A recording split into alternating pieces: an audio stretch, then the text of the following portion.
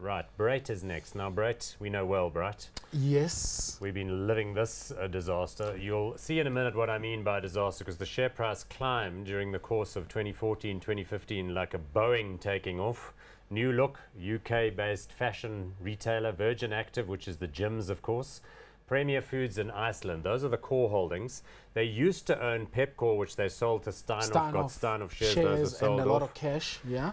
27.6 billion rands worth of market cap. Price to earnings ratio, I think, has gone out the window. I'm not quite sure, not applicable. And dividend yield of 1.5%. Let's have a look at the share chart so you can see what I mean. They got to 160 something and they're now languishing in the sort of 50 rand Yeah.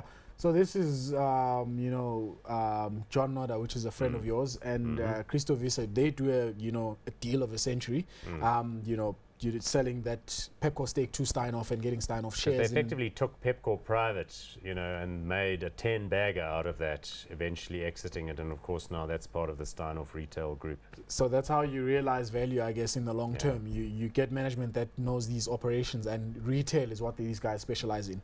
And then from then, they had cash, and they looked around, shopped around. They didn't see anything in South Africa, I'm hoping. Well, I'm guessing. They got the Premier Foods thing, which they actually had for a while, which is a solid operation. Yeah, they did increase their stake there, to be fair. And then they went to the UK. And in terms of timing, you never know timing. When I'm talking timing, I'm talking the operating environment, the political environment. Yeah, everyone's an expert in hindsight. Yes, exactly. And they went into the UK and bought New Look. It was the biggest asset by far, 45% of their net asset value at the time when they made the purchase. Or it might have even been higher than that. And for the record, New Look was a business established in the 1980s, a real leader in the UK in the fast fashion type of stuff, similar to Zara, H&M. Big market cap in the UK. Big in Europe, and big in China. China is still growing like gangbusters there, so that's good. But if you look at the portfolio today as it stands, it's reflecting obviously the drop in the market cap. Virgin Active is the most prominent one. So what you're saying is New Look, having paid a big price for it, looking great, then Brexit happens, bit of a downturn in consumer confidence, British people getting depressed, not buying any new depressed, clothes. if you asked me. And then there's now also the problem of online, people coming in online, Amazon, and lots of competition in the space, and lots of promotional items being sold. It's very hard. So most recently the CEO of New Look has been replaced. But the good news is that the founder is still there. Oh, really? Yes. Okay. Yeah. But that business, will rebound, one imagines, because people, need new clothes from time to time. Yes, but I mean, they're still sitting on a lot of cash, and they're still Virgin Active. Yes, sorry, so I interrupted you. Tell me about Virgin Active. So we've got Virgin Active is 33% of the portfolio as it stands today. South Africa is a big part of that, because there's a trend going on here. Everyone is trying to be healthy. We're all trying to get our points through. So you are, for example, a regular visitor at that new Rosebank Virgin Active, which looks tremendous. Thanks. Now all the stalkers know where to find me. What time are you there? I can't tell you what days and what time. Yes. Why not? Yeah. So that's the one I go to, and obviously people, because of trying to avoid stalkers, they go to the ones that are a bit more expensive. The one in Melrose Arch, and the ones in Sandton. Not the one in Houghton where I live. Yes, and those are the ones that are actually making the money, because that's where the money is, and most of those are here in South Africa.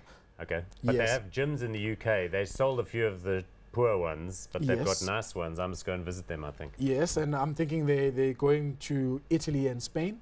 That's where they're looking into expanding into the. So this is a mega trend, as you say. More people just wanting to be get healthy, particularly in climates that are not so hot. I mean, here in South Africa you can run all year, but if you live in the UK, it's dark and it's wet and it's raining.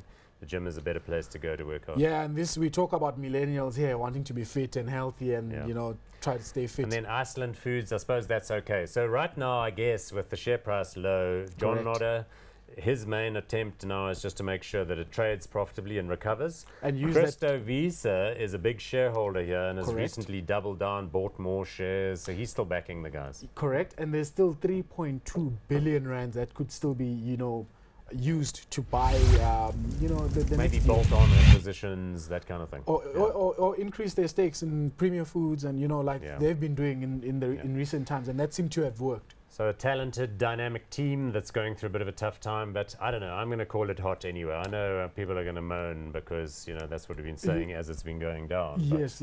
I mean, but the price is very attractive at these levels. I remember this thing, you never used to pay a dividend. It used to be 0.1%. Now the dividend yield is 1.5%. Shows you that the price has gone down a lot. And I mean, opportunities are found when you know, everyone is negative, and 99% of shareholders are going the wrong direction. You're supposed to go the other. So yeah, good. I like this one. Hot on Brait.